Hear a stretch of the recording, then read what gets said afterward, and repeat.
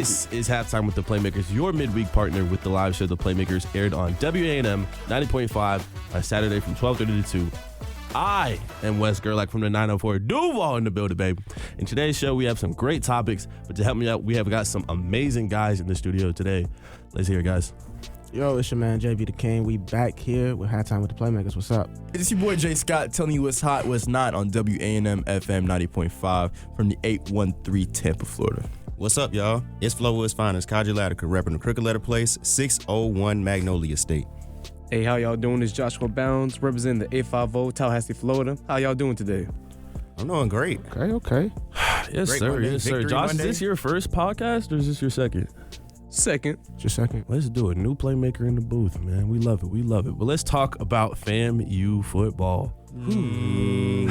Oh, brother. Is it me? Can we Is talk it about the me? Marching 100? They did really well. Nah, I mean, we can, but we got to get this out first. Is it? I want to know if I'm the bad luck, because I've been sidelined twice. Both times. Belts.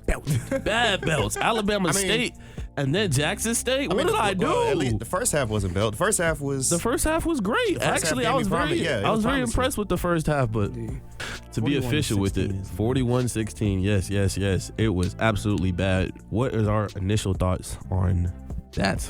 Well, in all honesty, the problem is our offense basically let down our defense. Our defense started off hot. Like, we saw what happened in that first couple possession. We saw Jackson State get down there, and we saw a crucial fumble. Now, of course, I would have wished that we would have recovered it in the end zone to put us up at 20, but our defense played really well. Our offense is what really sold the game. We weren't able to move the ball effectively until later on in the game, and I think that's what really killed us. Our defense would be out there for so long, and when they would get a stop, our offense would just basically throw away the possession and put it right back. So I think offense was a problem that game. You know, I'm glad you said that, because if y'all tuned into the live show, 12:30 to 2 p.m., on Saturdays, I went on to say complimentary football is going to be our best friend. The offense helping out the defense helping out the offense is exactly what we need to beat Jackson State. And what did we go out there and do? We played some great defense and no offense. And even when we got put in bad positions, we punted, because we mishandled the kick return early in the game. So it put us in a bad position. We got backed up. We had to punt. So they got the ball in a favorable position. What does the defense do? They go out for force a turnover in the red zone. Nayron Jenkins punches it out. And the offense doesn't capitalize. The offense gives us nothing. And then but the defense still holds. It's 3-3 in the whole first half. We still can't get any points.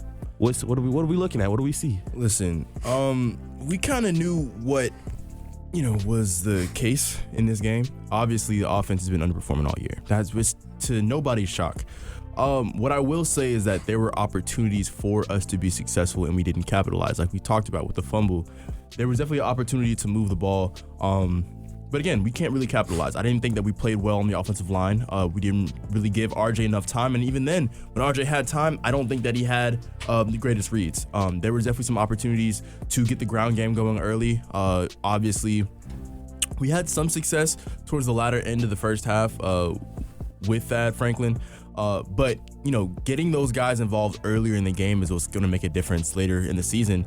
And speaking of that, it's now to a stance where the team has to find something else to play for. I mentioned it on previous episodes that, you're not playing for the fans because they're going to boo you. You're not playing for the band because they're out there for their scholarships, not yours. Now SWAC contention is out of the picture. So it's time to dig deep and find something to play for, because there is still games to be played. There is still a big matchup at the end of the season against Bethune with the Classic that obviously is going to be a must-win game for the Rattlers if they want to have some legitimacy going forward when it comes to football. And I hate to, be that guy to throw coaches' names up in the air and their contracts and stuff, but, people are starting to really look at this buyout for Coach Colsey and what it might look like. And I'm a pro Coach Colsey guy. I think he's a great guy. I think he has the potential to be a good coach. There's just, it hasn't been his season. There hasn't been consistency in all three assets of the ball. I agree. I like Colsey too. Like, you go into the presser and what does he say? He said, "I'm never gonna blame the players. It's on me. I take full responsibility." He goes back over what he thinks happened in the game, but we need results. We can't just have a great guy as coach. We need a great coach. What do you think, JB? Yeah, I mean, I think it's what Jalen was talking about, like, we have to find something else to play for. When you hear must win, it's usually, okay, must win so we can be in playoff contention, must win so we can be in contention for this. But now it's just for your pride, man. It's just to go out there and show them that FAMU football is still alive in some capacity, because this was just a very disappointing loss, especially after you look at the first half. And then they scored 14 in the third quarter, 17 in the fourth quarter. They ran the ball 56 times on us. So it's just a lot of going on. And I don't know. I'm ready for a change. Me personally, I understand that Cozy's a good guy, and you know what I'm saying, y'all might like him, but I'm tired of watching my team suck. Okay. Where are you going to get that $250,000 that we owe him to finish the season? Oh, that's not my problem. And then on top of that, He's like, put it to buy a scholarship. Like, give me something. Like, my eyes, man. There's one thing that I've been at this school too long. I absolutely hate Rattler football Twitter. It is the most toxic landscape of swag not football. on it. Not on it. Not even close to me. Y'all got to get sharp. It is the most toxic thing I've ever seen. Why am I seeing Teddy Bridgewater's name be thrown around as the head coach? I mean, that's funny. I think that'd be great for like a off-season boost. I don't know if y'all wanted some views, but like, sure, if you want to have players, I don't know if you want to win. We see how Michael Vick's doing over at Norfolk State. I look up FAMU football. That's the first thing that pops up. And listen, I'm not discounting his I'm not discounting his success as a high school coach. I'm not discounting his success. Even though it was kind of minor in the NFL. What I'm saying is that recruiting has been a slight problem for FAM, but not the main issue. The main issue is that we're undisciplined as heck. I mean, we're one of the most penalized teams in the SWAC. It got really bad in the second half. Before that third drive, we had already 40 yards of penalties, both on offense and defense combined. That's not something you can have from a team that's trying to stay competitive with a team that's going to score on you. You can't start behind the chains, and you can't give them the opportunity to stay on the field even longer. So we're undisciplined, and I don't think having a young coach like a Teddy Bridgewater is going to help that. You throw a coach in like a Quinn Gray. Quinn Gray has questionable experience as a college head coach. He doesn't have any experience coaching at the collegiate level in the first place. But even then, I'm just not sure what fans exactly want to see from their team. They point out all the problems, but I see zero solutions. Q, what do you think? I mean, as far as Jalen's point, as far as a solution, I think it's just you just got to keep on trying. And I don't know if that's going to result in some down years, like some 3-9 seasons or whatever. But sometimes it gets worse before it gets better. And I think we struck gold with Willie Simmons. But another Willie Simmons is not coming back, and there's not going to be another Willie Simmons coming through the door. So at the end of the day, you just got to make the most out of what you have right now. And I think if Cozy wants to turn it around again, like we said with Heat, they have to find something to play for, and just at the very least find something inspiring for the offense. Because going back to the game, and like Wes said, for complimentary football, if you at least just score at least a touchdown, maybe go up 10-3 versus Jackson State, or have it tied at halftime. That's a lot different than going into halftime down 10-3. And with Jackson State, it's like we waited for Jackson State to score for us to go start scoring. I know we talked about like the success of the defense. That drive before halftime was the killer. That was the turning point of the game. We have them pinned at the 25-yard line, and we give up a 70-yard run because the corner refuses to squeeze on an outside zone. That's Pop Warner football right there. I'm sitting there in the stands pulling out the little bit of hair that I have in my head. You're right. And what I was really surprised with by our defense is they threw the ball 10 times. Is that the total amount? Yeah, they only threw 10 times. And it never looked like we were selling out to stop the run. Did it ever look like we were? No. We were rushing. We kept sending 3 rushers, and I think it was after the fumble when they got back to the red zone. Mm-hmm. It was a third or fourth down, and we're still rushing 3 people. We're rushing 3 people. They ran the ball for a first down. I remember that. I saw it right in front of me. I was like, no way. Third and 17, third and 20 something. We send 3 rushers, and they run the ball for a first down. And it's like, and I told the person I was sitting next to, I was like, they better not send 3 rushers again. And what did they do? They sent 3 rushers. Because Coldley talked about it in the presser. Like, he was like, when you get into predictable situations, it becomes easier for the defense, and that's why we were having so much trouble on offense, because we kept getting behind the sticks and they got predictable. But it's predictable when they throw the ball 10 times, but we're still rushing 3 people. I will say that I think that we got out-coached definitely that game. Like we said, it's a scheme thing. We rush 3 guys. We know that they're going to run the ball. Jackson loves the outside zone. They have the athletes where they're able to get their linemen into space and block downhill, which is something that we can't do. We can't run through inside zone even as much as we try. I don't think that Franklin is as much of a power back as we would hope him to be. He had a few good thumper runs, but Jackson State really utilized the strengths of their running back, and that's getting them into space and putting them in positions. And then they're versatile with it too. They also run counters. They run sweeps and everything. So Jackson State they know their strength, and they find creative ways to get to that strength. And it's not just the same play call over and over again. But I think the main thing I go back to is again that third or fourth down when they just lit up all those yards. It's like, what are we doing? Well, now we've been talking about the past. It's time to talk about the future. Preview for Pine-Bluff, Arkansas Pine-Bluff. What do we think we're gonna get? We need a score position. We need. Is it gonna be competitive? Do you guys have hope? Is there any hope left? I would hope we would win this game. Arkansas Pine-Bluff isn't a good team. They're not a good team. Well, I know we've been beating up on good teams, but it seems like we're not a good team either now. I mean, listen, we take care of business. I would hope so. They're coming off of a solid win against Southern. They haven't beaten Southern in what was like 8 years. Well, everyone's beating Southern. Everybody's beating Southern this season. I went 5 in the conference. Yeah, been rough. I would say the hope is to get to 500 maybe by classic time, finish at 500, especially in the conference. But I don't put it past the Rattlers to choke. So I'll go FAMU 2017. Well, against bad teams, we score a lot of points. All of a sudden, the playbook opens up. All of a sudden, R.J. Johnson's the best quarterback to ever touch a football when we play a terrible team. I will say... We started to throw crazy concepts, which is like Madden when we play a bad team. I will say Arkansas Pine-Bluff does have a pretty good secondary. And I'm not confident in R.J. Johnson. I think that this was a big confidence game for him against Jackson, and it worked negatively against him. So... moving forward, we're going to have to rely on the ground, which is what we've been doing all season in the first place. I don't see why that stops now. I don't see us scoring more than, 30, just because I don't see our defense giving up more than 30. So, they're going to score just enough to win. Pine-Bluff only scores 20 points a game. I trust in our defense to lock things down. I think our offense will start to get moving a little bit. My score prediction would be 28 to 14. Like we reiterated, Arkansas Pine-Bluff is not a good team, and outside of that win against Southern, their only other SWAC win is against Alcorn, and then the other 2 wins are Lincoln University. We all know about Lincoln University, and then I don't even know who this is. We all know about Lincoln University, and I don't even know who this is. Westgate Christian. They beat them 79-10. I'm guessing this is some type of we need some 79-10 college games. or Division III school. I don't know, but if you're getting beat 79-10 by UAPB, that's just you're not a respectful program. But my point is, Pine-Bluff isn't necessarily a good team. I don't think FAMU needs to have the greatest performance to win this game. The only reservations I would have is that it is an away game. However, I have FAMU winning 21-17. I beg to differ though, because the biggest thing is I do have FAMU winning, but what FAMU cannot do, FAMU cannot roll into Pine-Bluff's territory and think that they're automatically going to win this game. All right, like we said, FAMU this year has been abysmal.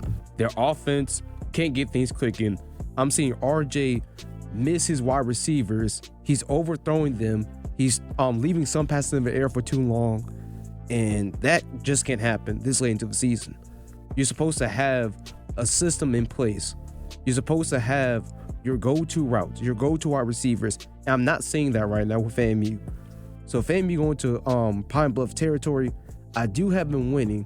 However, I do have this being a dogfight. Potentially, I'll say final score, FAMU 28, Pine-Bluff 27. I think it's going to be a nail-biter game. Interesting. I don't like FAMU to nail biter. I'm gonna be honest. I'm gonna take us 28-14. I'm gonna take us 28. I'm gonna give us another 2-score win. I don't know why. I've been doing the predictions for FAMU. I'm unbiased. I'm unbiased with everything else. With FAMU, don't listen to me. But moving on to our favorite topic, this part of the season, we're talking about NCAA football. It's been a crazy week, but what I do want to start with, because, my homeboy, my good friend, Oh boy. Coach Jalen Scott Here we go. loves to talk to me when FSU does bad. They won, by the way. Beat Wake Forest. Whoa. Wait. We're not talking about FSU. You guys hate when we talk about FSU. We're talking about a much different team. Same state, different area. Miami. Welcome to Miami. Yeah. Didn't they lose? Yeah, they did. And you know what? If anybody is a true fan of this season, they'll know that I said if at any point Miami pulls a Miami, it's not because the team beat us, it's because Mario Cristobal is inept as a head coach. Case in point, what happened on Saturday. You want to go through that for us? Why did we lose to SMU? Listen, I can answer any questions that you have. I don't think SMU is a bad team. Okay. I'll start there. I don't think that they were a bad team. I think they were a matchup nightmare for us, especially in the secondary, which we have been struggling with all game. Apparently, their quarterback wanted to have a legacy game. That's what I want to say. Kevin Jennings impressed. He looked like the Kevin Jennings of last year, not the one against Penn State, Yes. but just for the rest of the season last year. Yeah, people were scared of SMU last year. Yeah, he was making great throws, and he was scrambling, which is what he does best. And he just got the ball to his playmakers at the end of the day, and it was a great defensive performance from SMU too. Now they did have a great defensive performance, but I have another question for Mr. Scott. All right, I'm listening. Is Carson Beck who we thought he was? No, Carson Beck is exactly who we thought he was. That's what I'm saying. Back in January when I was like, he's leaving Georgia. No, okay, listen. Because first few weeks of the season, it's like Carson Beck for Heisman, Carson Beck this, Carson Beck that. We're back with Carson Beck. We knew it was incoming sooner than later. I'm gonna read you the stats. If you don't say Carson Beck's name, Okay. take Carson. All right, listen. I need everybody to put on thinking caps, right? Yes. Take Carson Beck's Take Carson Beck's name out your head when I read off the stats, right? Yeah. 26 for 38, 274 yards, averaging 7.2 yards per throw, 2 touchdowns, 2 interceptions with an 80% QBR. You would say that's a pretty decent performance, yeah? Pretty decent. Well, that's a little bit box scory. It's a little box scory. It's box scory, but sure, if you off face value alone, you would say that isn't bad, right? It's not terrible. No, All right, not at all. I'm gonna read you. Dang, I just had it. The run stats here. Yeah. All right, because our ineptitude to run the ball, mind-boggling. 16 carries for 84 yards. You let me know if that's a balanced playbook whatsoever. Okay, but to compete that, the same thing with SMU, they threw the ball 44 times, ran it 8 with their leading rusher. Another thing with SMU, this is the first Welcome, time. Bryson. Oh yeah, Late playmaker. Introduce yourself. My fault. Late playmaker. It's your boy Bryson Russell from the city that let a hustle, Atlanta, Georgia. You know what it is. Back to what I was saying. Was sleeping in his room. I wasn't. I was doing an essay. My fault. Very studious. SMU, they had 22 minutes of time of possession. Yes. Miami had 37. That's the first time that I really saw a team just like so many more minutes of time possession. And SMU, like they are just still dominating. They're still running the playbook. They're still balancing it. Like Hugh Latt said, Kevin Jennings played amazing. You feel what I'm saying? Like balanced the offense well. Had a lot of attempts, but still dominated in the offense. Carson Beck, his turnovers are just crazy. Yeah, no, the 2 interceptions that he had were egregious. But I want to preface this by saying, we led in every statistical category. So at a certain point, it has to come down to coaching. Well, here's a quote Hold on now. Here's a quote from Carson Beck. They ran the same thing the whole time. I just execute the play that is called. Which is Georgia Carson Beck speaking. Now, I mean, when it comes to character, we kind of expected that. I knew that wasn't going to change when he got here. So, does my take from January, going back to what I was saying about Carson Beck, saying that he just threw to his best season 2 years ago to Lad McConkey and Brock Bowers. Yes. And then he came to Miami and he was throwing to Malachi Toney and CJ Daniels, and people just found out that like, oh, you just have to get to Carson Beck. You just got to affect Carson Beck. You just have to make him beat you. And even then, they didn't. Because They only rushed 3 to 4, and the offensive line picked up. Well, like they just made him throw the ball for game, and they picked him off. Like because when Miami's been winning, throw it to Malachi Toney, touchdown. He's gonna take you there. He's gonna beat you over the top. Malachi Toney made nice receiver plays core. in this game. I'm saying, but Carson Beck is JoJo Trader came out the woodwork. Is a Like, spoiled quarterback, is what I'm saying. He's been throwing to some amazing talent, and then when it comes down to win the game, Carson Beck gets picked, it's interception, and you lose. Look, we knew that Carson Beck wasn't that guy. Yeah. Like we saw this We saw this playing out. We knew that he wasn't the guy at Georgia. That's why Georgia wasn't really too upset when he left for Miami.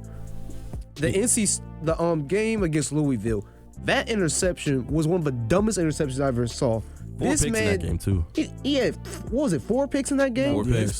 How on God's green earth do you throw 4 interceptions? And they were bad interceptions Same too. way Lagway threw 5. But Hey, but look, we're on Miami though right now, right? cool. I'm just This is supposed to be pointing the that out team that was going to go all the way. Miami has been a joke for years now. All right, look, Miami always looks good at the beginning of the year. Hold on now. I love this. No, keep going. You Miami cooking. always looks good at the beginning of the year, right? Yes. They always go on like a good 6 or 7 game winning streak.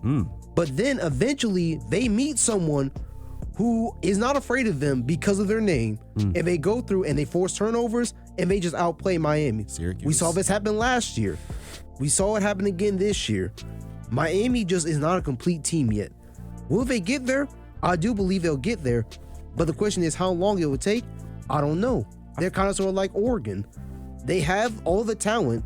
It's just that in crucial moments, they choke. what's the Oregon- hold on? Oregon has- Oregon What has is the conference- connecting puzzle piece there? Hold on. Even then, though, Oregon has conference championships. So You know where I'm going with this, Wes. I do. conference I championship. do. Go Oregon ahead, has say conference it. championships. Miami, I feel like they put all their eggs in one basket when it came to Carson Beck. Like Carson Beck is a very system quarterback. He is. That's why I worked for at least 1 year at Georgia.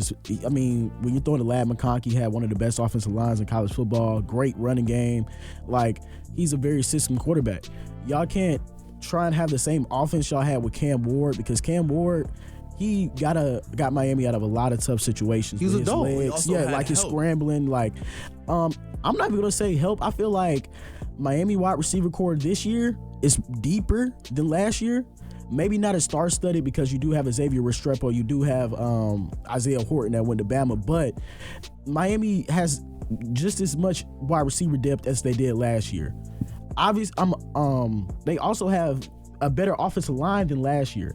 No, that's very true. With starters coming back in addition in the transfer portal. It's just one game Carson Beck is going to throw 4 passing touchdowns and look like he's prime Tom Brady, or the next game he's going to throw 2 passing touchdowns with 3 interceptions. I wasn't really impressed with the selection of play calls. I'll give him the benefit of the doubt with Shannon Dawson. Listen, like I said, the balance between run and play action wasn't really there for me. But Josh made a good point. He referenced Oregon in connection to Miami. I want to let you, like, what's the connecting puzzle piece there? The reason why I said Miami and Oregon are the same. No. I'm agreeing with you. I want you to let me know what the connecting puzzle piece is. Let them know. Tell them. Shoot, for me, I say high power offense, but a defense that sells in the important moments of the game. For me, that's tell him. part of He's it. missing my point. Tell them. Just tell them. Mario Cristobal. Mario Cristobal. So you calling for his job? I'm not calling for his job, but I'm just saying when it comes to Miami, you have no lack in talent. You have no lack in recruiting. The last 5 recruiting classes, he's finished in the top 15, right? Yeah. What is that resulting in? And it resulted in a Pinstripe Bowl loss. It resulted in a Pop-Tart Bowl loss and 0 ACC championships. So you can't say that he doesn't have talent at quarterback. FSU got one recently. Especially Say- last year was wide Say what- open. say what you- This year's wide open. Say what you want Won't about make it, Carson though. Beck. Say what you want about Carson Beck. I still think he is a semi-talented and capable quarterback. Cam Ward is a generational talent. Yep. You have all this talent at receiver. You have a solid defense. Last year, I would say that their Achilles heel was their secondary. This year, it's gotten better, but it's still not where it needs to be to compete on a championship level. Yeah. You have no excuse other than your ineptitude to coach football in clutch moments. What are we doing calling timeouts this late in the game when you know that SMU is going to be driving? Listen, man, I told you if anybody's going to beat Miami, it's going to be Mario Cristobal. And case in point, here where we are. Our chances aren't necessarily out the window because I don't, let's go through the top 25 rankings real fast. Okay. All right. I'm going to pull it up real fast because I feel like there's Okay, some choking in here. I that got could you. happen. Are you looking for the path? are we to going- Are you looking for the path for Miami? Yeah. Okay. Well, The path is to win the Miami. ACC. Yeah. which I think is out of reach for us. Yeah, definitely out of I don't know reach. if And Georgia you're Tech getting just We could be lost we as could be- well. No, Georgia but- Tech just had a bad loss. Yeah, Yeah. Georgia Tech just lost as well, and I knew that was going to be a loss because But Louisville is 7-1 too. So I don't know. Louisville's gonna have the head-to-head win against But us. Georgia- so And I'd say Virginia's everyone 8-1. is Yeah, ACC. you guys don't got it. Virginia, No, I know. Louisville, Our Georgia only- Tech. Our only hope. Virginia's playing good football this year. Yeah, Indeed. y'all were on our head, man. They're a good And team. Virginia Tech and Georgia Tech Let it schedules go. are not are cake. I know JV, you're just they're a trying good to team, come bro. on. Let it go. No, Yeah. you guys proceeded to lose to Stanford the next. I don't know what you're talking about. Virginia's I don't playing know. And Wake Pittsburgh. Forest, Wake Forest, Duke, then Virginia Tech. So they None of should- those games are a They should be guarantee. good. I think they should be good. I think I don't there's think- a I don't case think so. where we can I think slide they in could- at they could- 12. I think that we are a big enough market team where people will want to see a matchup. Hold on now. I mean, I beg to differ. We got SEC teams SEC, closer than you. yeah. We got Yeah. Texas closer than you. Vandy closer than you. they're getting in over. They get in over. The SEC is going to They're getting dominate over most of the Vandy? spots this Hold year. on. All right, so Off a brand, yes. if you kind of lost, right? Yeah. We would have a quality loss to a Here we go Louisville with the team. quality Hold loss. on. Can I advocate for my team, this. I hate please? this. I hate this phrase. I If hate we that consider phrase. to have a quality loss Quality to an loss. ACC champion Louisville, is that not a quality loss? It's a over. loss. You also over, gotta- hold on. Over. Let's go through Texas's loss now. I'll give them Ohio State. What's the second loss to? Gators. Gators. Come on now. But they're gonna say it's an I'm not SEC gonna- school. Yeah, and on the same token, They're not gonna Vandy- say SMU and they're not gonna say Louisville. They're gonna say Ohio State and Florida. Those are two very big different names. Vandy has also had like 3 college football game days this year. Like they're playing comp day in and day out. And everyone wants like the Diego Pavia hype train. What? Like, oh my god, there's no hype train for Carson Beck. There's the hype train for Diego Pavia. And then let's not forget the fact that, again, every single year when you look at the rankings, the SEC and the Big Ten produce the most ranked teams.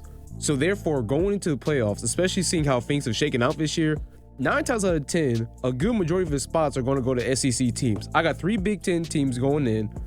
We potentially have like a good 5 or 6 SEC teams, which does not leave a lot of room for anyone else. And then you got the group of 6. Yeah, which is probably Yeah. going to be Memphis.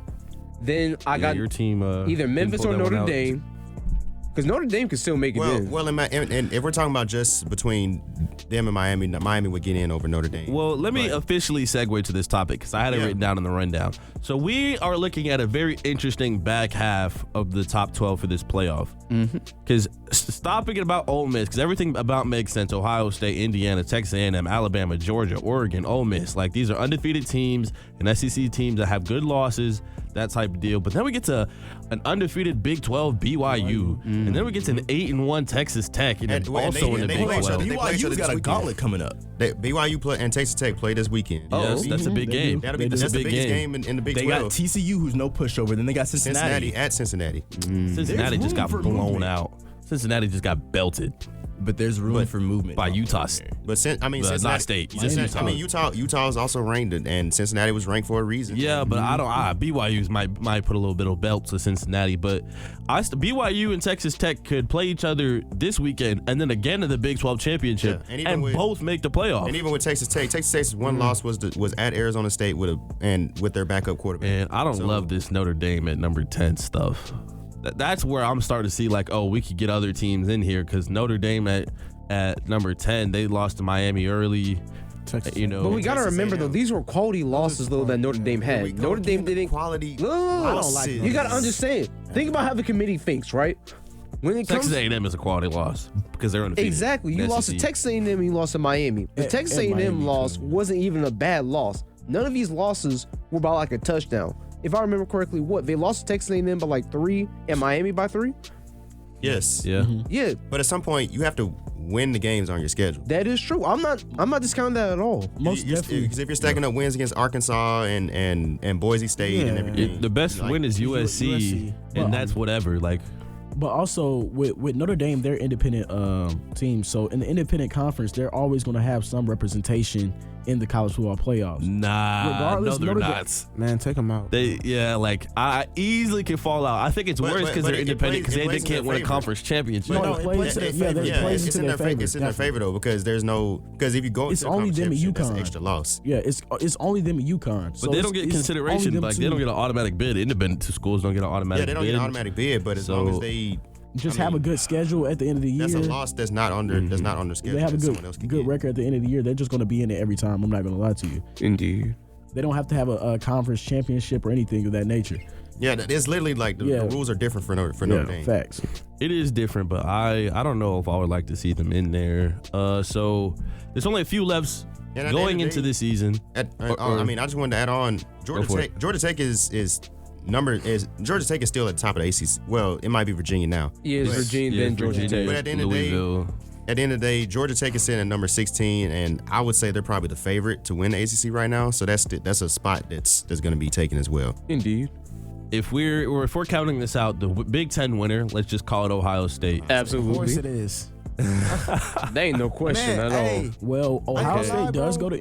Oh, do they go to ahead, go Indiana ahead. this year? Let's call it the SEC. No, we They don't. don't. No, we They don't. don't. Our last game is Michigan. Yeah. Oh yeah, that's what. So let's call it the SEC winner. Let's call that Bama. No, let's call that Texas A&M. Yes, Let's call that Texas A&M. No, The SEC winner is going to be Bama. Hold on now. Wait. This is just for argument's sake, so we can do the back 8. Okay. This is just so we can do the back 8, and then we got the Big 12 winner. Let's just call it BYU. BYU, okay. For now. And so we have those 3. The ACC winner, let's just call it Louisville, or let's call it Georgia Tech. Okay.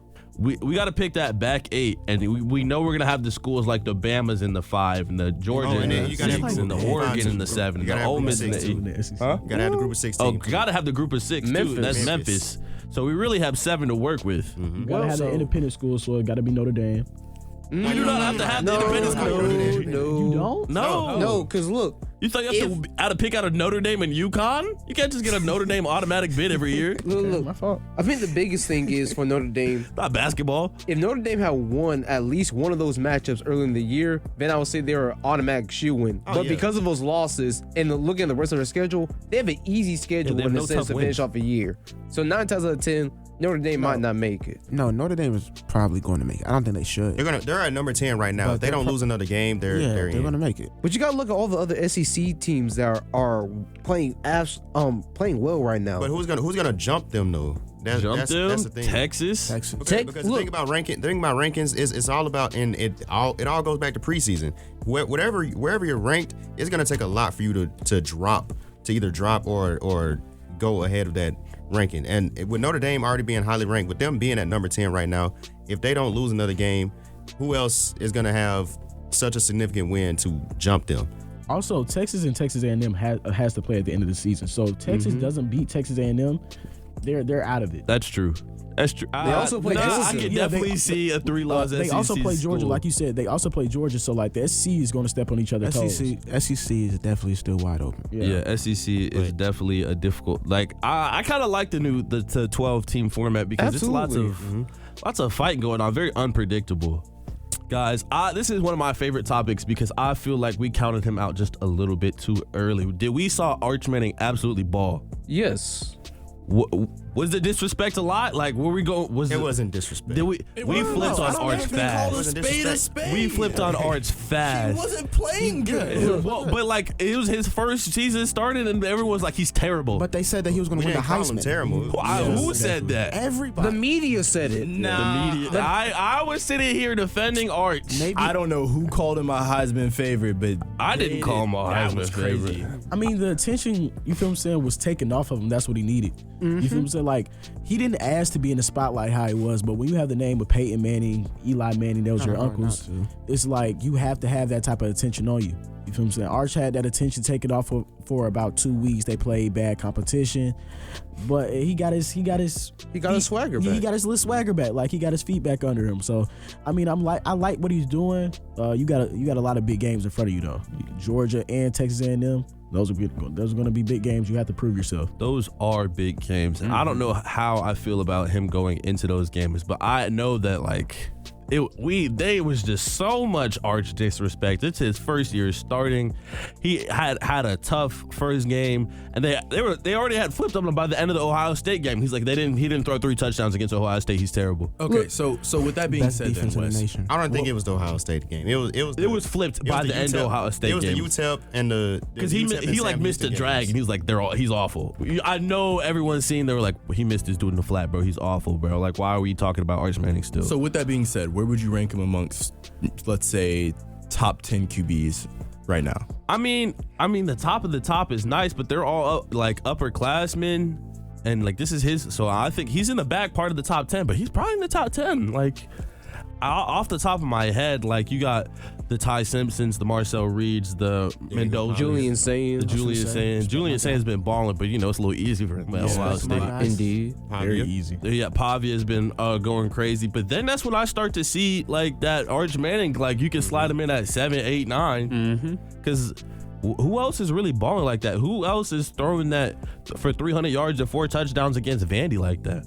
They're gonna put Mendoza Against up there. Vandy like that. I was gonna say Mendoza. Yeah, What are we talking Indiana. about? Well, Mendoza was University, first. yeah. I named him. He was in my top 3 or 4. Yeah, okay. Yeah. No, I said Mendoza. Mendoza like that.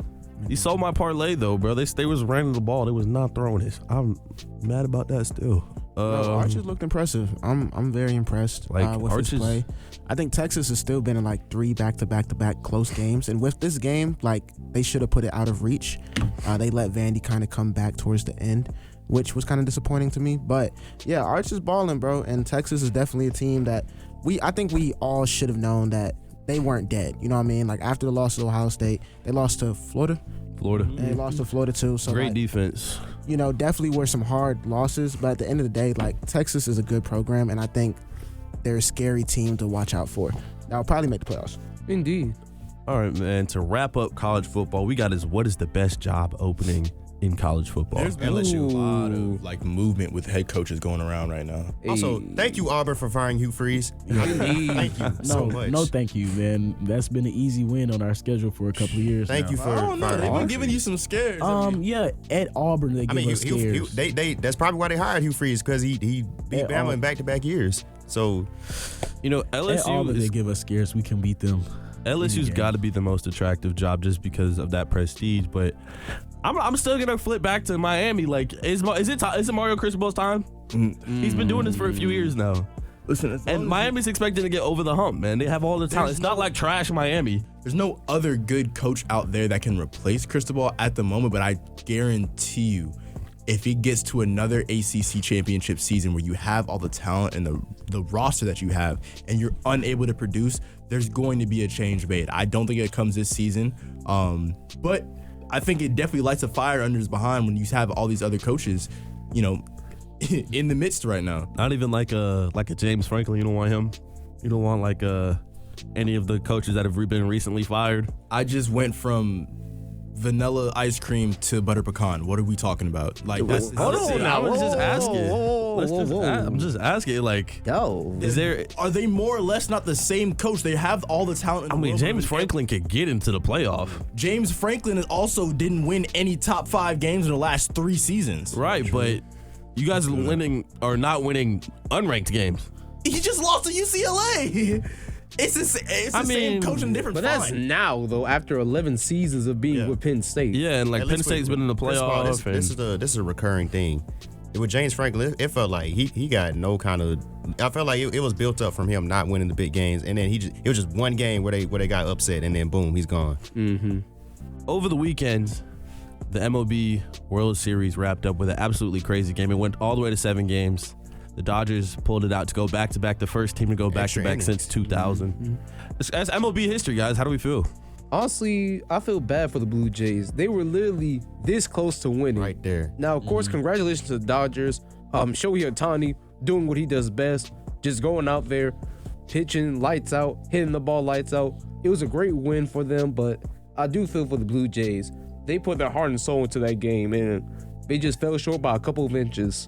Shout out to Will Smith. Not only did he hit the game-winning home run, but apparently he's also been on like the past 6 World Series winners. He was on the Dodgers last year. Before that, it was the Rangers, then the Astros. Just a legend. Yeah. That's on the Braves. And he was on the Braves too, and then the Dodgers in the bubble. So hey, That's ridiculous. Bro, it's just a winner. Whoever wants to win the World Series next year, throw a bag at Will Smith. And he's a good player too. It's not like he's Patrick McCaw. He just happened to be on the team. He's actually a contributing player as well. Patrick caught it straight. That was crazy. So what do you guys think is the turning point of the game? Because I mean, obviously it went back and forth. That top of the ninth was just insane. If you watch the game, Isaiah Kiner, I can never say his last name right. Isaiah Kiner, one more time. Isaiah Kiner Falefa had a KD moment, essentially, where they were inches away from winning the World Series if he had just slid. Now, he was in a presser the other day saying that he was told to stay at third base. He had not a great lead, but he had a lead off the base. He didn't slide. And had he, gone head first, it probably would have called him safe. But it's just, it speaks to the beauty of sports that it really is, across any sport, a game of inches. And, I think it was a great series. Like you said, the Blue Jays kind of put their heart and soul into this, but it gets to a point where we got to recognize that Dodgers may be one of the best teams in the last decade in terms of talent, roster size, and front office. The only thing with that is that's my issue with the MLB is they need a salary cap. When you got GMs like Howie and the Eagles, bro, a salary cap isn't going to do anything. We will get but to the at least with Howie knows how to configure the cap and work. Yeah, there's some skill to that. They said we'll pay Shohei $700 million. And technically, there is a salary cap. Eventually, there's a salary cap, but there's no like limit to the luxury tax. It's not like the NBA where you can. They have all these second apron stuff. It's like if your owner can pay the luxury tax, you can go ahead and do whatever. And I feel like at the end of the day, it makes it an unfair advantage to just not only teams in big markets, but teams who have owners with money. It's just you can just throw the bag at whoever you want and win games off of that. But yeah, it was a thrilling World Series because it was the most watched one since 2017. Or Game 7 was the most watched game since 2017. It was a back-to-back. We haven't seen that in 25 years. We got the best player to ever touch baseball, apparently, Shohei Ohtani. Not apparently. The second year in a row for winning the MVP and the World Series. Didn't he do that 2 years in a row? Yeah. Just dominance by the Dodgers.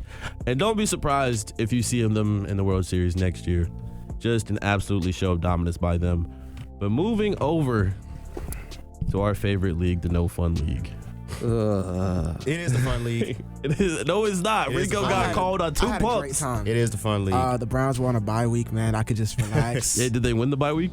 The NFL trade deadline is approaching. Isn't it tomorrow, the 4th? Yes, it's the 4th. So we are looking at the last minute crazy trades. Who's looking to buy? Who's looking to sell? Who's looking to restart? Clear some cap. What are y'all projecting for it to happen in the last few, like the trade hours? When all of a sudden the Bears are doing something. Like, what are we guys thinking? I think the obvious seller is the Dolphins, who have already started. Yeah. Hopefully they're going for a whole, turnaround. Maybe starting with a new coach. Maybe starting with a new quarterback. Styling up on these draft picks because this season has been disappointing. My sleeper team that I feel like should start selling low key, maybe the Commanders. They're battling with a lot of injuries. They already are, 3-6? Yep. Their schedule isn't getting any easier. You might as well style up on some draft picks. Maybe look at this as a rebuilding year. And then for a team to buy in, I still think the Patriots should. They're looking at 7-2 so far. They're looking really, really good. But do any of y'all view them as serious contenders per se? No. I think they're like the Patriots. I like the Patriots. Their schedule has been absolutely kicked. I'm going to stand on that. I would love for them to make a big time move if possible as well. I would love for them to. They have a lot of running back depth. They can give up a running back over there. Free Henderson. Yeah. Free Henderson. I absolutely love the take for selling for the Dolphins. They don't have a lot of pieces that I'd be willing to part with. I mean, Minkah Fitzpatrick is on the trading block. Yeah, you gotta keep Waddle. I would hold on to him. I love Waddle for the You have to I don't keep know. Waddle. They should have, in my opinion, they should have got rid of him years ago. Who? Tua. Oh yeah, Now Tua he's should have been gone. untradeable. He's untradeable because how expensive he is. Yeah. But if you could cook up you take on a few expiring bad contracts, people who are overpaid, like a Cooper Kupp's contract, or you have to take on you have to get rid of him so you can replace him. He's gonna be on your team for a long time if you don't get rid of him. And so I would love the Dolphins to do something like that. I would say the New Orleans Saints need to just have a fire sale. Just everybody. Chris Olave, Rashid Shaheed, Demario Davis, Davon Godshaw. You can't trade Demario Davis. Yo. You Who can. was Tyler? What's the name? Tyler Show? No. Yeah, they need to do him a solid. I know he, and also shout out to Demario Davis. He is from Mississippi. They need to do him a solid and get him to a winning franchise. If he wants to do it like a 1 year, I'm done. I'm trying to win a Super Bowl this year and retire. But like he's a Saint through and through. If he's not And gonna that's go cool. to No, he can sign a 1 day contract and retire a Saint after he gets his Super Bowl. But they I feel like also Cameron Jordan too. They need. I mean, these are people who have put their heart and soul into the Saints, and the Saints are only just making them suffer by not sending them to a good team. I'll even throw in Alvin Kamara in there. Saints need to get rid of their whole team. I don't know how you would rebuild the Saints. They're in such like a because those are good weapons. Like they have good offensive weapons to an extent. But Chris that's the Olave is thing. very good. These guys Rashid Shaheed's very good. Alvin Kamara still's got a little juice in him. But like, that's where the do thing you go? With the exception of Olave, all these guys are aging too, and you don't want to get to a situation where you have Tyrann Mathieu situation where he just retires and you get nothing out of it.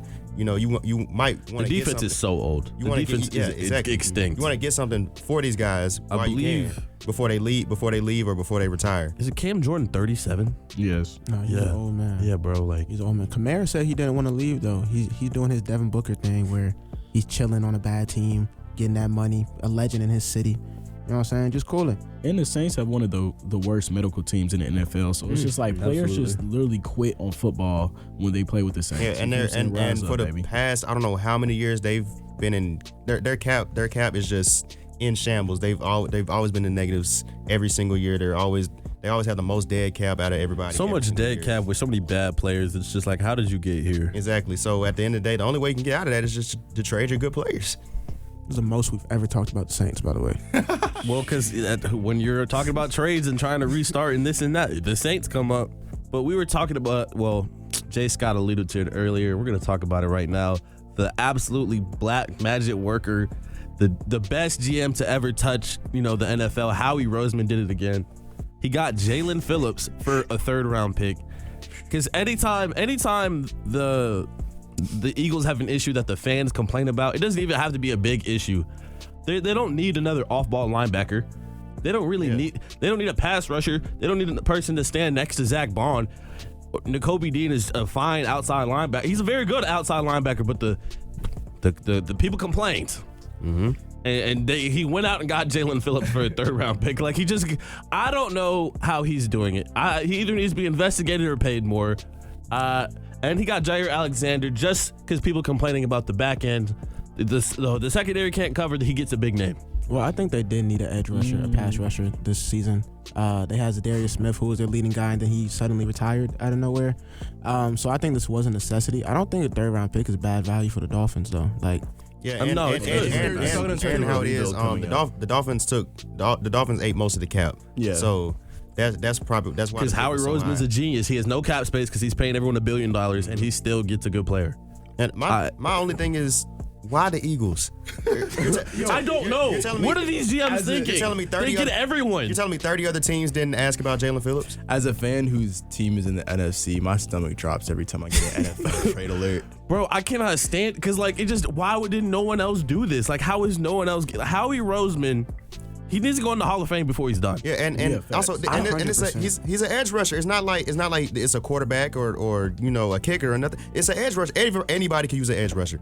But what do we know about the Eagles? They have a good D-line. They have a good defense. They have a good linebackers. And what are they? And they still get more. They're drowning. They're drowning in them. They have so many. They have the Georgia defense from the national championship years. Like, I don't know how they're still managing to produce that. Bunch of Bama players.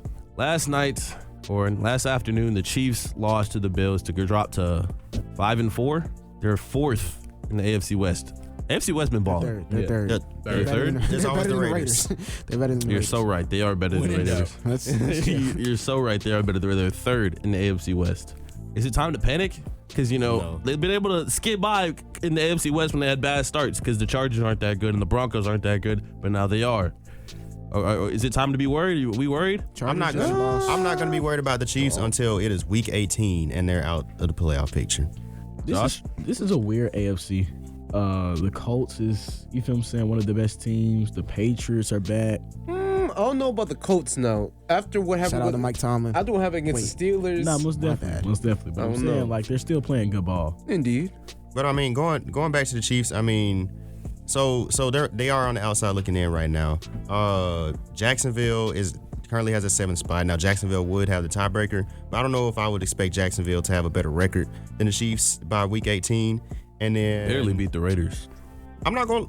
Now that I'm looking at it, the Chiefs might be in a little bit more trouble than we thought. Yes, Indeed. That's what we were saying, look, man. you got- No, that's why it's on the run. Chiefs have Denver after It's their not bye. looking good. Because even the teams are on the outside of the Bills, Chargers, and Jaguars. The Jags they already lost to. They already lost to the Chargers already, so they would have to go and Split with them. split with them. They lost to the Bills. Exactly. So and then the division winner. But I can see the Chargers dropping though. They just lost Joe Alt for the season. Rashawn Slater's already out for the season. That's another thing about this season. So many injuries. A Tucker lot of Kraft, Too many Michael injuries. Williams. That was just yesterday. Hey, Like- it has been way too many injuries this year. Like, bring back the grass. My Lions, I can't stand how many injuries we have in the secondary right now. Yeah. We're down to our like 3rd and 4th string guys. Didn't this happen last year too? Y'all remember Yes, that? that injury bug killed us. Like, the minute of the Lions, for the first time, we actually started doing good. Then all of a sudden, we want to get injured. Like, this was never a problem when we were a trash team. We never dealt with injuries like this, with the exception of Stafford from time to time. But now that we're actually a legit contender, I gotta take people from you. Gotta take your secondary. Gotta take your defensive line. Like last year, that Aiden Hutchinson injury hurt me. It hurt my heart deeply. That should never have happened. Yeah. And that cost us. I think for the Chiefs, while it is difficult, hard start, I think they're grateful this year for the Texans not being that good. The Ravens struggling right now as they're coming back up, but they've only won 3 games. Bengals are struggling as well. So I think there's definitely, like, I'm not concerned. I don't know, it's something, not to glaze, but it's something about Patrick Mahomes. Like, I'm just Hold on not now. worried. Hold on Like, now. The Glade. Look, looking at the rest of the schedule though, right? Who do they play? Yeah, So they got the bye week in week 10. Then they play Denver. I got Denver over them. Then you play they can beat Indianapolis. They can bro. beat Denver. They They can can beat beat them. Nah, I got Denver. I think Okay. Denver hungry this year. At Denver. Okay. So I got it's at almost Denver. lost At to Denver, I got Davis It's at Denver. Mills. It's Denver at almost lost to Denver. I got Davis Denver. Mills yesterday. What are we talking about? Look, like I said, I got Denver for that one. Indianapolis. I got them beating Indianapolis. Really? You got them Dallas. So losing you to think Denver, the- but so- beating so the you think Colts. the Broncos are better than the I think Colts? the Colts are one of those teams built to beat Kansas City. It all depends. Same with the Denver Broncos. Denver Broncos is one of the best defenses in the And then NFL. they got Dallas, the best offense in the NFL. Then they Or got one the of them. then we got the Texans. They got the Cowboys. Tough defense. Then Chargers. Then Titans. Tennessee. Then Denver again, and then the Raiders end the season. The only guarantees are the Titans and the Raiders. Yeah, so Indeed. they need to run the table to have a better shot at, because they can still make it, obviously, but like you would need to. start dominating. Yeah, you need to start. I think because with them, the teams ahead of them don't look like they're going to be slowing down Not at all. anytime soon. The Chargers. And will be, bro. even with the and even a team like the Steelers, right now the Steelers have no competition in the AFC North. Lamar's back, bro. Lamar's back. But can Lamar really carry Yes, that yes, team? Yes, he can. yes. All right. Hey, we'll yes. see. We'll see. We will I'm not see. hating. I'm not hating. Nah, I've we seen will it see. happen will with see. my own eyes, bro. And then, so now the playoff picture is looking like Indianapolis in the 1 seed, they get the bye. Patriots in the 2 seed. You know, the Broncos, Steelers, and the Bills, Chargers, Jags are the wild cards. Yeah, the Who- Jags are who's coming out of the The AFC? Jags are coming out. AFC. Who's coming out of the AFC? Who's going to the Super Bowl out of this line? This is a crazy That's a lineup. crazy line. This is the year for Buffalo to do it. Like, if y'all had a year, this has to be the year. This has to be the year for the Buffalo wide Buffalo. receiver depth is terrible. That's why I would hope tomorrow The excuses of Buffalo. that there is a receiver on this team and another defensive lineman. I would hope, because that would push our Super Bowl chances up if we got a wide receiver, if we got a defensive lineman. At where the team currently stands right now, I don't see it as a Super Bowl team. They're a Super Bowl contender, but I don't see it as a team that can go and make the Super Bowl. So let's go around and get picks. JB, who we think coming out of the AFC? This year, I'm gonna still say the Chiefs, bro. The Chiefs. Come on, bro. We spent 10 whole minutes talking about how improbable that's going to be. I literally said the whole time that the Chiefs are gonna make the playoffs, and I'm not worried. I mean, All right. for sure, you're stuck to it. Jay Scott. I'm gonna go with the Bills. I mean, I feel like Allen's had Mahomes' number He's beaten in the last 5 of the 6 regular season games. He just hasn't been able to get over But it's the playoffs. He hasn't been able to get over the postseason. Hey, look, but I don't see the same Chiefs team that I've seen the last 2 If Kansas City's not in the playoffs, that's great for me. Exactly. So Right. I'm gonna go AFC Bills. Q, we know who you're gonna say. Go ahead. Buffalo. Okay. Josh.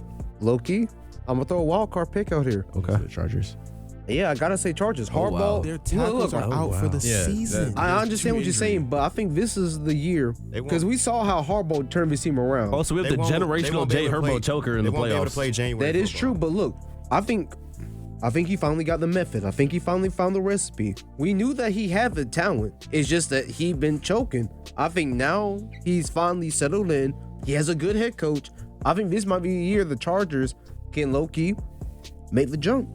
And, we'll see you Bryson? again next I'll season. bet you $100. I would say Dang. But Buffalo they don't make Bills- it to the championship game. if the Buffalo Bills get a good receiver next tomorrow, well, not next Tomorrow. week, but tomorrow. If the Buffalo Bills get a good receiver tomorrow, I like the Buffalo Bills. My wild card pick though, who I really want, is the Broncos. I like the Broncos. Saw that coming. An ugly 7-2 from the Broncos, Yeah, but it is it's ugly 7-2. but I feel like they can get comfortable down the back stretch of the season. I think- And I feel like they have the receivers. They have the run game. They don't really have a lot of injuries. I mean, they could dominate. I feel like in a weak AFC. At this point, there's no team in the league that has a pretty record, if that makes sense. You know, I'm gonna take the Colts, man. I like it. I like the Colts out of this, the AFC. But moving on to the NBA, the season's in full swing. Who surprised you? Who didn't surprise you? What are we feeling like? Who's the best teams? Who's the biggest disappointment? How do we feel? Hey, Shout out Michael Trim Jr. The Magic sucks. The Magic man. do That was just suck. something. I don't want to put that out there. They are just bad. hey. Orlando. I don't know if I'll call it a big surprise, but the New Orleans Pelicans. That's not a What are surprise. y'all doing? Nah. 0-6? Yawn. You're telling me the Pelicans don't have a single win The this Pelicans season? have talent on their team. They have talent. And they have talent. People are healthy. I mean, DeJounte Murray's out, but they have other people that will suffice. Zion is healthy right now, and the Pelicans are still winless. For me, I got 3 teams that I'm looking at right now. So first and foremost, we got to talk about the Spurs. I mean, Wembyana, with the exception of the game against the Suns, I don't know what happened in that game. We're gonna touch on that. But We are gonna touch on Wemby that. has been balling out, and the Spurs have looked like a legit team finally. This looks like a Popovich team that could go all the way. So I'm liking what I'm seeing from the Spurs. Honestly, I gotta go with Lakers next. That Jake LaRavia has been balling out And the for them Sacramento boys. Kings let him go. I mean, it's That's- ridiculous. And then to think that, of course, when LeBron James come back, I just need them to play this way. If they play this way that they've been playing when LeBron comes back, Lakers can low-key run the tables this year. Right, but like the Lakers always change how they Every year, play yeah. when LeBron comes back. Like it But doesn't look the same. West. Like, get the hell out of the way. I'm saying like it changes the dynamic completely when because like he has to touch the ball the most, which might limit Luka, and like he likes to create, but it's not the same way. Look, personally, what I think with LeBron, right? You could have LeBron honestly either being the playmaker or keep Luka as a playmaker, but have LeBron mainly as a stretch in a sense. Like have him floating around the 3-point line, cutting through the paint every now and then.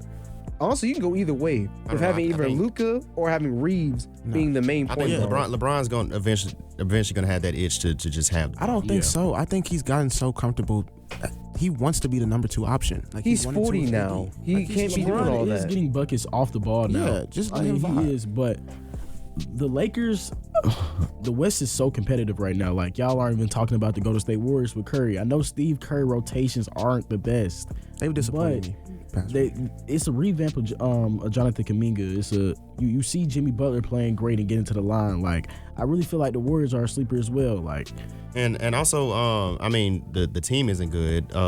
But I just want to touch on Larry Markkinen just a little bit. Marketing been balling. Yes, Markkinen has been balling out, and I feel like he's going to be a top trade candidate at the deadline this year. He has a very large contract. Whoever can get him, I mean, I don't really know who would be in the market for him. Yeah, I mean, he's like a stretch. I want to see him in Detroit. Oh, absolutely. I want to see him in Please Detroit. come that's to the it. Yeah, Pistons. that's We need you. Yeah. That's what I want to see. My sleeper team, and they've been my team since the start of the season, The Portland Trailblazers, man. Thiago Splitter's 4-1 as a head coach so far. They're coming off some really, really good victories. They beat the Lakers. Drew Holiday playing great. Drew Holiday is balling. I really like Denny over there. I like Kamara. Hey, but quick question though for Portland. Yeah. Is Dame supposed to come back this year, or is he just done? No. he's No? not. All right, cool. Achilles injury at the end of the year. Yeah, he's basically a head coach. Yeah. Hey, but I mean, Which is great for him. And I think it's a really young team. I really, really like what they're doing, especially defensively. Another team that I like, 76ers. I'm gonna keep on riding that boat. I mentioned that last week on the Playmakers. Everybody was saying, "What? The 76ers are not going to get the third seed." The 76ers are playing ball. VJ Edgecombe is playing amazing. Tyrese Maxey is playing amazing. No PG. PG can really revamp his game and just be a good 3-and-D. That's all they need. They don't need PG to be a top scorer. They already have their top three options with Joel, VJ Edgecombe, and Tyrese Maxey. We just need PG for a body in a corner 3 game. I don't know. They've been playing good, and I like their team. I like their young talent, but Joel Embiid still isn't at full strength, and Paul George. I don't know. I still have a lot of questions about them as when they're fully healthy. I don't know how that works. It might get worse when they get fully healthy. Yeah, that's what I'm saying. And McCann is supposed to come back as well pretty soon. So it's still a lot of moving pieces. I hope that they just continue to rely on the young core instead of trying to focus on the Embiid and Paul George offense, which I feel like is very clear they should not do. If they're able to do that, I like them as well. But this is their first year, I'll say, with their role players are just playing very, very well. You feel what I'm saying? McCain did play good last year, and he got his love when he wasn't injured. But Quentin Grimes, you feel me? He's playing amazing. Man had 13 assists last night with 24 points. That's good ball. These players, it doesn't have to be the Embiid show anymore. Yeah. It's absolutely blowing me the way they're playing right now. Just the names I would not have expected to be going crazy have been going crazy for the Grimes Sixers. has been playing ball since he got into the league. Indeed. Shout out Kansas. I've always just been I've never been on the Quentin Grimes train. Quentin Grimes, he was more Houston, but he's a dog. Look, And then the Bulls have been playing great. Yeah, somebody gotta say something about the Bulls. Josh Giddey's been hooping. He's had a triple-double every game. The East is looking crazy, man. The 76ers in the 1, the Bulls in the 2, the Bucks in the 3, the Pistons in the 4, and then the people we picked to be in the top of the East, the Cavs and the Knicks are the 5th and the 7th seed. Even though the Knicks have been hooping, I still think they're going to be a great in the playoffs. But looks unrecognizable in the East. The Cavs will be fine. Mobley, I don't know what we told him over the offseason, but he's shooting way more threes than I would like for him to. But I do think he's progressing as a point forward. We are missing Darius Garland. We're missing Sam Merrill for a couple games. Max Strus is still out. DeAndre Hunter missed a couple games. So I think it's fine because we're going to get back to strength. I feel the same way with the Knicks. All right, to touch on really quick what Josh brought up, Wemby has been balling this season, but then last night he played the Suns. He had 9 points. Yeah. Shot terrible. The Suns, did they figure him out already?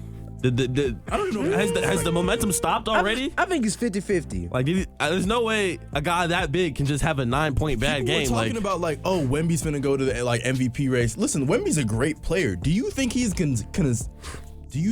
going to consistently put up 30 points, 10 rebounds, and 8 assists a game? No. If so, please let me know. I will hand him the MVP right now. That's I think he's getting basketball. 25, 10, and 6 blocks. Not 6 blocks, 3-4 blocks. You see what happens when you put a bunch of bodies in the paint. You're allowing him you're not allowing him to crash the boards. That's the big part of Wemby's game. Yes, he takes the ball up the court.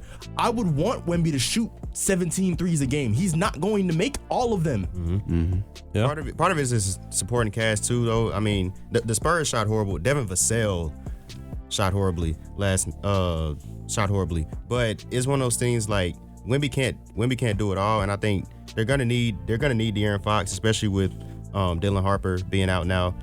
Sadly, they're gonna need another great scorer to help take that load off of Wemby, because at the end of the day, I mean the Sun showed the recipe, and I don't think every team can replicate that, night in and night out. But it's something on film where teams can be like, okay, we can just get physical with Wemby and crowd him and double team him, triple team him, and force the other guys to beat us. We're gonna force Devin Vassell to beat us. We're gonna force Stephon Castle, Stephon Castle has been hooping. He can. shout out Stephon Castle, Castle can beat you, but Stephon Castle can't do it by himself in the backcourt.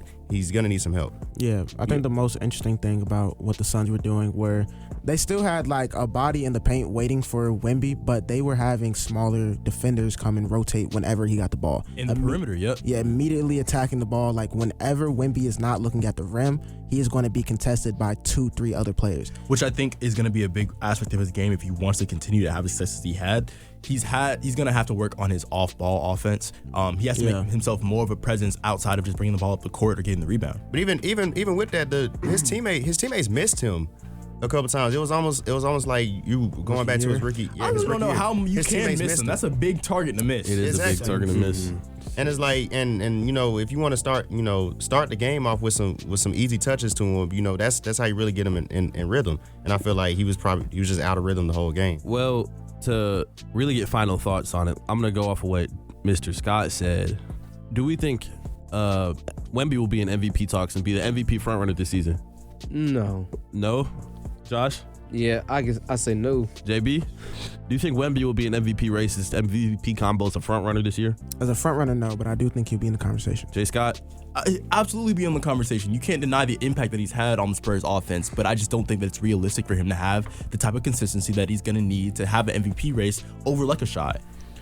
Yeah, and honestly, like everybody has been saying, he'll be in the race, he'll be on the MVP ladder, but even the Spurs as a team, I don't know if they'll have enough team success going forward for him to be in that MVP conversation. Not enough team success, man. They're 5-1. They're 5-1 right now. Okay, no faith in the Spurs. I have a little nice bit young of faith, team, but the West and De'Aaron Fox is not even back. He'll be back later. Right, but I mean, it's just a numbers. It's a numbers thing. The West is stacked, and I just feel like there's other teams. You know, there's teams down there in standings like the Nuggets, the Rockets. They're gonna make jumps soon, and at the end of the day, I think Shea is still the front runner. Well, I don't think Shea's the front runner. I got Giannis. Giannis? Shout out Giannis. I said it from the I feel like JB did say Giannis. I honestly feel like the Bucks went in the right direction as well with Giannis. Like, they don't have a star. Well, they have stars in the backcourt, but it's like it's not a big name that's going to take away from Giannis's, not aura, but like that's Giannis's team at the end of the day.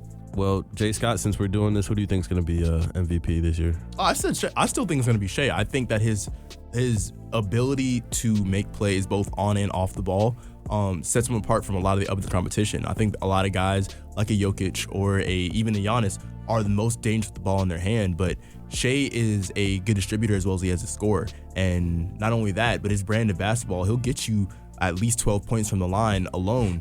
So you can expect a consistent 15 plus a night from him. And I think that's the biggest thing about the MVP race is that you're going to get consistency out of your MVP. Hey, man, Shea is quietly playing 2000s basketball, man. Like, he shoots 26% from three, bro. Like, he doesn't shoot threes like that. Or he's not a very...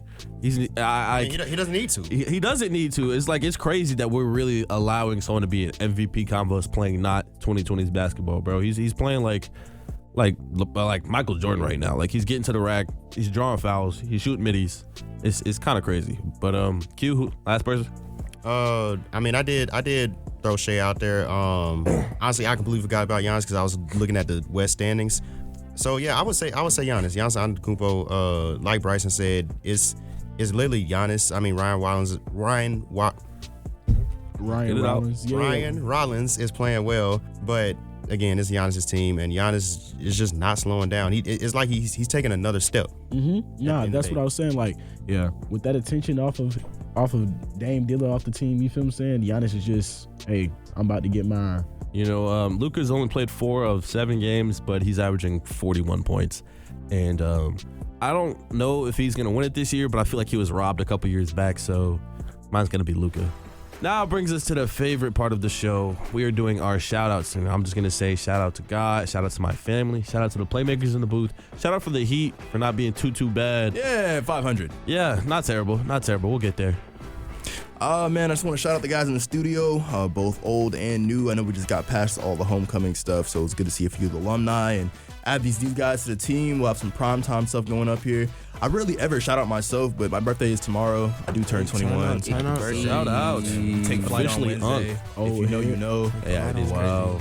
But yeah, man, shout out to the Playmakers. We lit at J. Scott house. J. Scott crib, we are lit. Absolutely not. What do you mean? Shout out to God. Shout out to Engage Church. Go over there if y'all need a good word on Sunday. Shout out to the Playmakers, man. Again, I'm so grateful to be here, man. Really was a dream freshman year. So to be on the podcast basically every week, bro, it's a blessing. Yes, indeed. Shout out to my Lord and Savior. Shout out to my mother, father, grandparents, aunts, uncles, cousins, friends. Shout out to the entire state of Mississippi, with the exception of Madison County. And shout out Hate to Madison County. Yes, we do. Shout out to James Cook and Cole Bishop, and shout out to Noble 24. Shout out God, shout out my family, man. Shout out to Playmakers for allowing me back on. You feel what I'm saying? Second pod with the Playmakers. Yes, sir. So yeah. Like Q said, shout out Noble 24. Shout out to Collegiate, man. Collegiate Week is live, not even on the way no more. So yeah, shout out to Noble 24. Shout out Collegiate. Alrighty, hey, first and foremost, gotta give a shout out to the man up above. Thank you, God. Thank you for everything. You blessed me with my parents, so I'm thankful for them. So shout out to my parents, shout out to my siblings, shout out to everyone here too. Man, this has been fun. Hey, we out. Halftime with the Playmakers is recorded in the studios of WANM-FM 90.5, the Flavor Station, in the School of Journalism, Graphic Communication at Florida A&M University.